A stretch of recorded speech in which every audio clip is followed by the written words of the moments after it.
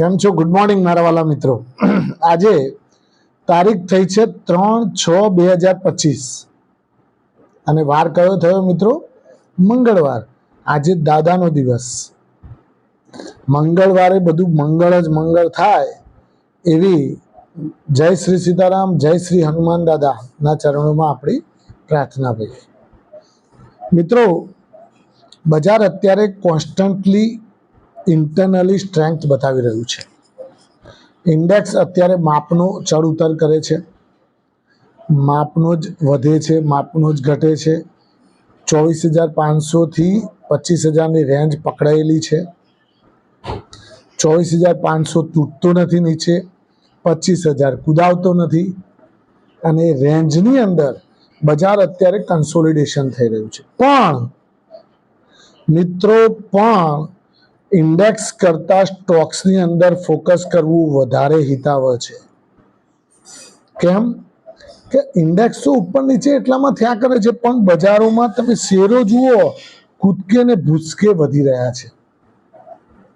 સુઝલોન 50-52 રૂપિયા વાળો 73-72-71 થઈ ગયો, લગભગ 30-40% તેજી બતાવી દીધી, 40-45%.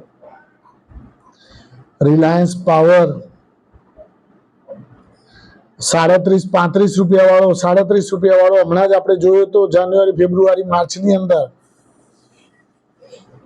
એ અત્યારે 61-62 રૂપિયા, લગભગ 70-80% તેજી.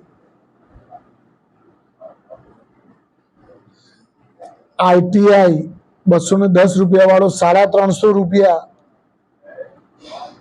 આઈએફસીઆઈ 45 રૂપિયા વાળો 75 રૂપિયા. જ્યાં જુઓ ત્યાં તેજી. ખરું ને મિત્રો?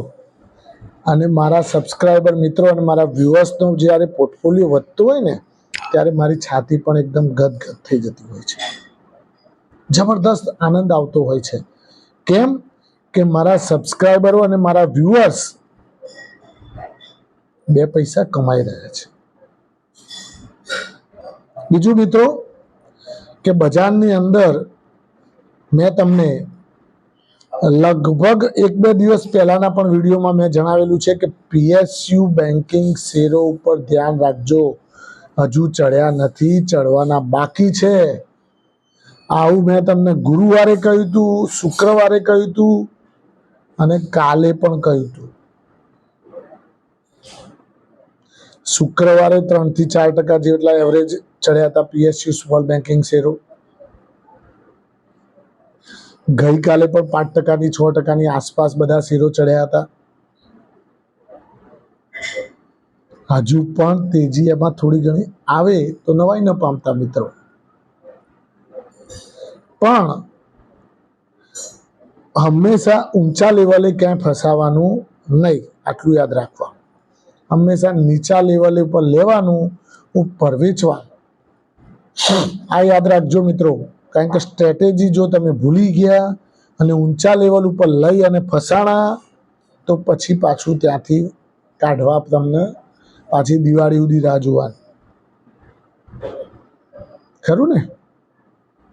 દિવાળી પર ફસો એટલે ઉનાળામાં રાહ જોવાની, ઉનાળામાં ફસાવો એટલે પાછી દિવાળીમાં રાહ જોવાની.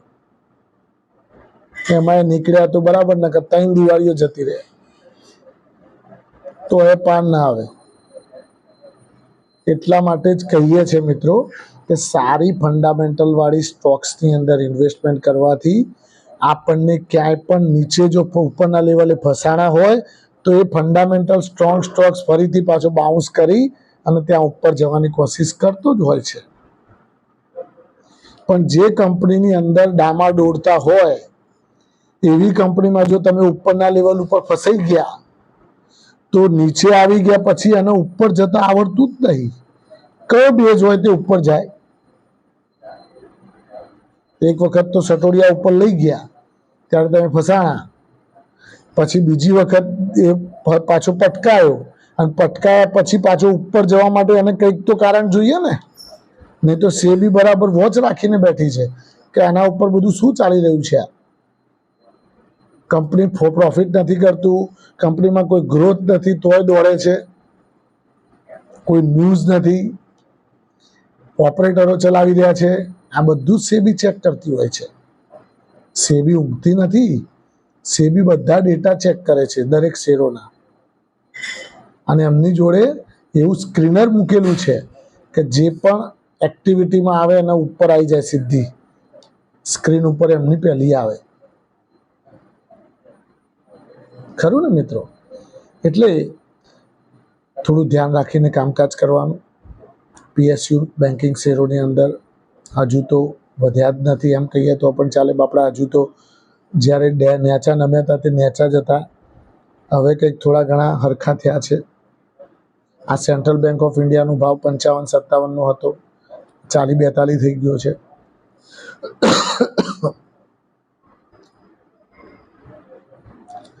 આ આઈઓબીનો ભાવ, ઇન્ડિયન ઓવરસીઝ બેંકનો ભાવ 70-72 હતો, એનો ભાવ અત્યારે હાલ 42-45 થઈ ગયો છે. ખરું ને? એટલે હજુ તો આ તેજીની અંદર પણ એટલા બધા ચાલ્યા નથી. એટલે પીએસયુ બેન્કિંગ શેરોની સાથે સાથે મેં તમને રિયલ એસ્ટેટ શેરોમાં પણ વાત કરી હતી. ગઈકાલે બ્રિગેડ એન્ટરપ્રાઇઝ જુઓ 7.5% તેજી. રિયલ એસ્ટેટ કંપની છે બ્રિગેડ એન્ટરપ્રાઇઝ. ખરું ને? હવે ગઈકાલે બજાર કેવું રહ્યું એના ઉપર આછી પાતળી માહિતી આપી દઈએ. એફઆઈઆઈના ડેટા જોઈ લઈએ. વધનારા શેરો ઘટનારા શેરો ઉપર થોડી આછી પાતળી નજર નાખી લઈએ મિત્રો. ટાઈમ ઓછો છે અને વાત વધારે કરવી હોય ત્યારે ફટાફટ કરવું પડે મિત્રો. નિફ્ટી ગઈકાલે 34 અંકના ઘટાડા સાથે 24,716 અંક બંધ આવી. સેન્સેક્સ મિત્રો 77,000ના ઘટાડા સાથે 81,374 અંક બંધ આવ્યો. એફઆઈઆઈ અને ડીઆઈઆઈના આછા પાતળા ડેટા જોઈ લઈએ મિત્રો. તો એફઆઈઆઈએ ગઈકાલે 2589 કરોડની વેચવાલી કરી. શું કરે છે? આ વેચવાલી કરે છે. અને ડીઆઈઆઈએ કેશ માર્કેટમાં શું કર્યું? 5,315 કરોડની ખરીદારી કરી. આ એફઆઈઆઈના કરતાં તો ડીઆઈઆઈ પાસે પૈસા તો ધરખમ પડ્યા છે. ઇન્ફ્લો કેટલો બધો છે ભારત દેશમાં. લોકો એસઆઈપી કેટલી બધી કરી રહ્યા છે, મ્યુચ્યુઅલ ફંડમાં રોકાણ કેટલું બધું આવી રહ્યું છે.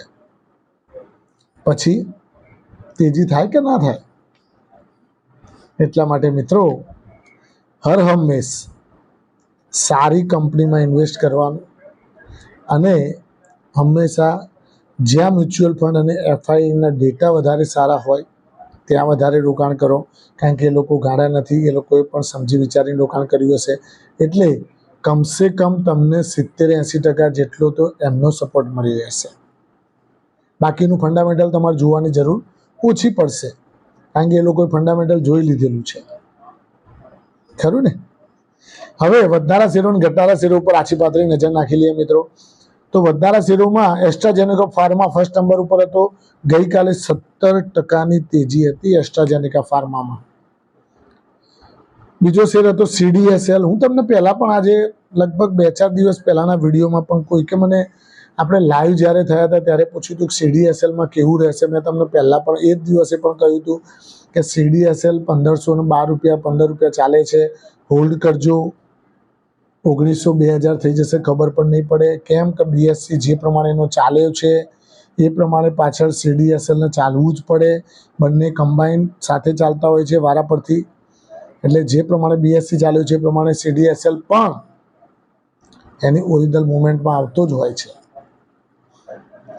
એટલે ગઈકાલે સીડીએસએલના અંદર 10%ની તેજી જોવા મળી મિત્રો. લગભગ 150 થી 150 અંકની રૂપિયાની તેજી જોવા મળી. ખરું ને? પછી યસ બેંક જુઓ. યસ બેંકમાં 8.3%ની તેજી હતી. સ્ટર્લિંગ એન્ડ વિલ્સન 8.2%ની તેજી હતી. આ રિલાયન્સ ગ્રુપની કંપની જો. રિલાયન્સે આને એક્વાયર કરેલી છે, આના સ્ટેક એક્વાયર કરેલો છે. પછી કરુર વૈશ્ય બેંકમાં 8.1%ની તેજી હતી. પછી બ્રિગેડ એન્ટરપ્રાઇઝમાં 7.5%ની તેજી હતી. અને ઘટનારા શેરો ઉપર આછી પાતળી નજર નાખી લઈએ મિત્રો. તો નિવો બુપા 10%ની મંદી, એમએમટીસી 9.1%ની મંદી, ITI 5% મંદી, આ બધા શેરો, આઇનોક્સ વિન્ડ 4.9% મંદી, આ બધા શેરોમાં મંદી જોવા મળતી હતી. એટલે મિત્રો હર હંમેશ શાંતિથી કામ કરવાનું, કુલ માઇન્ડથી કરવાનું, કોઈ જ ઉતાવળ કરવાની નહીં. પોર્ટફોલિયો વધી રહ્યો છે, મેનેજ કરો અને એન્જોય કરો. Thank you very much. ખૂબ ખૂબ આભાર મિત્રો. આજનો દિવસ તમારા માટે શુભ રહે, લાભદાયી રહે, ફળદાયી રહે એવી માય પ્રોફિટ પોઈન્ટ ચેનલ વતી આપ સૌને શુભકામનાઓ. Thank you very much. ખૂબ ખૂબ આભાર.